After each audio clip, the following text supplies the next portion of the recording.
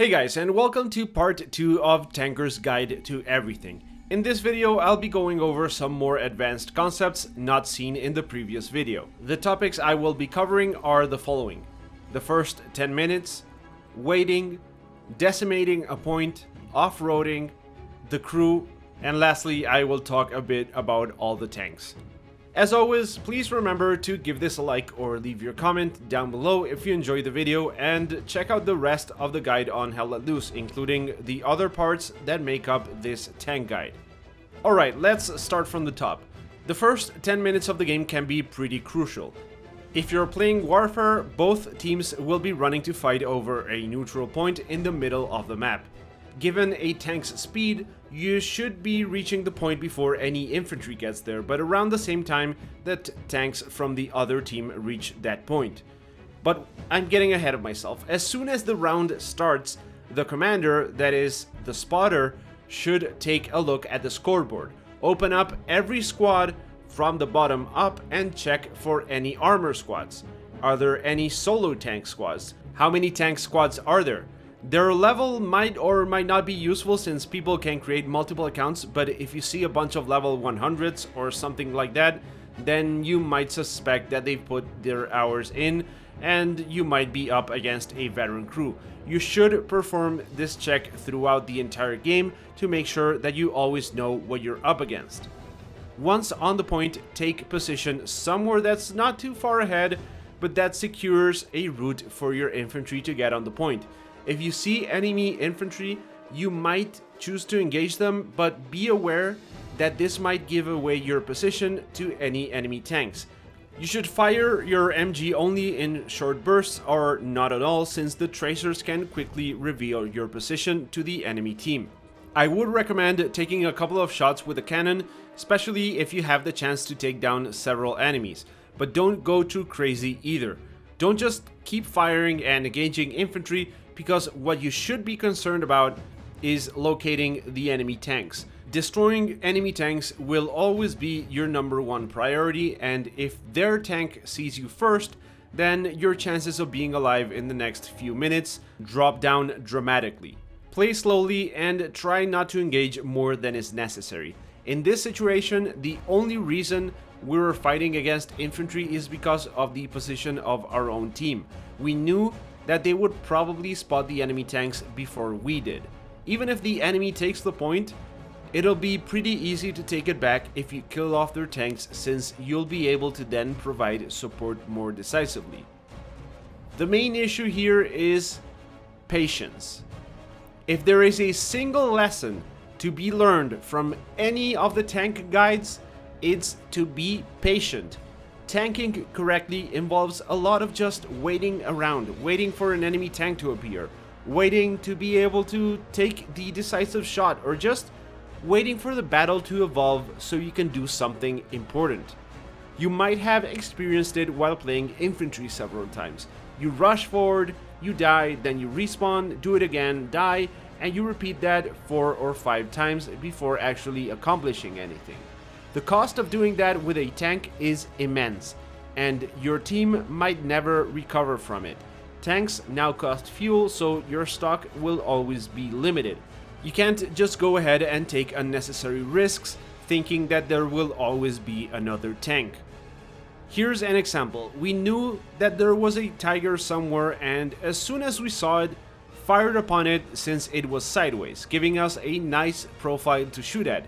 However, as soon as he took damage, he reacted, stopped, and turned to face us. And instead of taking more shots, which were just not gonna do any damage to it and allow him to spot us and shoot back, we just waited. We hid under a tree and just waited it out without even moving until they eventually stopped searching and decided to turn around again. As soon as they did, we got a second shot in and destroyed them. There is absolutely nothing else we could have done better in this scenario. Sometimes your best move is not to move and just, wait for the opportunities to present themselves. Your second priority should be to provide your infantry with support when capturing or defending a point. How do you do that? Well, by shooting, of course. But here's the thing. Most people just shoot whenever they see an enemy, and that doesn't really get the most out of the tank's absolutely devastating firepower. You should set your mind on absolutely destroying the point with your HE rounds.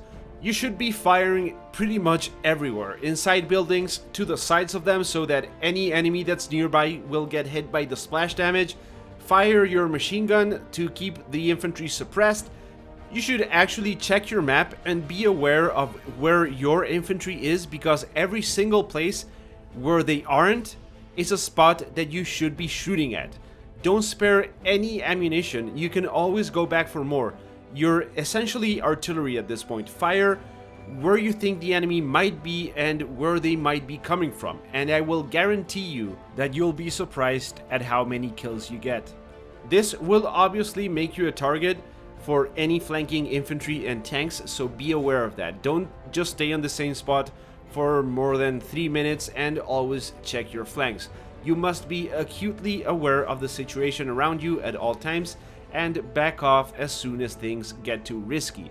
But remember, you don't even have to be too close to do this. You can stay as far away as you can, and just get the shots in. A good way to actually avoid getting spotted is staying off the main roads.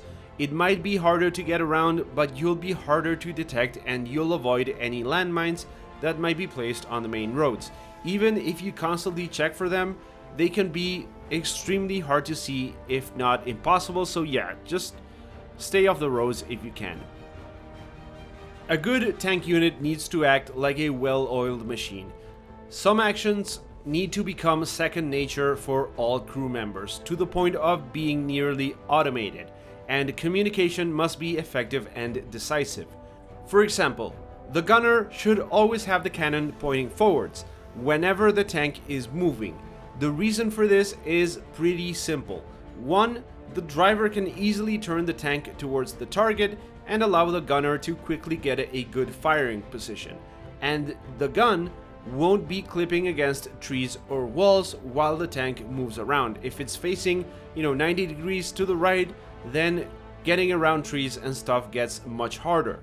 In fact, the barrel should never be facing more than 15 degrees left or right from the center position. If there is a target that's more than 15 degrees to the right or to the left, then the driver should turn the tank as soon as the target is spotted, since that will be faster than turning the whole turret. This should also be done automatically by the driver. Nobody should tell the driver, oh, turn the tank around so you can face the target. And the gunner should expect this behavior from the driver. If you're working with an inexperienced crew, then tell the driver to do this and let the gunner know so they understand how to work together. Of course, there might be exceptions to this, but in specific cases, but these basic rules allow for a predictable way of dealing with things. The tank commander should relay important information from other squad leaders and tell the gunner and driver what to expect. What's the plan? Are there enemy tanks on the battlefield? Is the gunner free to fire, or is the tank trying to avoid detection? Are you just going to be hunting tanks, or are you planning on supporting your infantry? This information will allow the gunner to know what type of shot he should load and be ready to engage if necessary. Lastly, I will talk a bit about the tanks themselves. I will provide a link in the video description to a detailed video showing how much damage each tank does to one another, which is absolutely crucial at understanding how to deal with different engagements, so check it out. I said in my previous video that each tank is fairly unique, with their own sets of advantages and disadvantages, so let's go over them. First, let's start with the Tiger 1. The Tiger is a wall. It is the tank with the most armor in the front, making it ideal for frontline defense. The main drawbacks this tank has are pretty much everything else, except for the cannon. It moves and fires slowly, and if you need to quickly stop and engage an enemy, it can sway up and down quite a lot, which makes it just impossible to fire with any precision until it stops moving. It is, as of now, in my opinion, the single worst tank in the game to go on the attack with. If you want to do that on the German side, use the Panther. The Panther is the fastest of the medium tanks and can reach a speed of 26 kilometers per hour. It is reasonably well armored and has decent firepower. All of this makes it a great tank for flanking maneuvers. In this regard, it is, in my opinion, better than the Sherman medium, though it's bigger, making it easier to spot. On the Allied side, you have three different types of Sherman tanks: the Sherman medium tank, and the Jumbo 75 and 76. Both the medium and the 75 have the same cannon, which is decent but not spectacular in terms of armor penetration.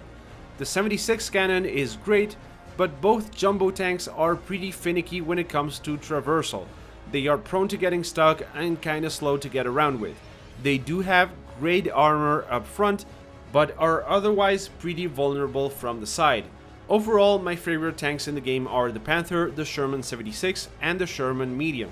I won't go over the light tanks since they are pretty much completely different from all the other ones and would require an entire guide on their own.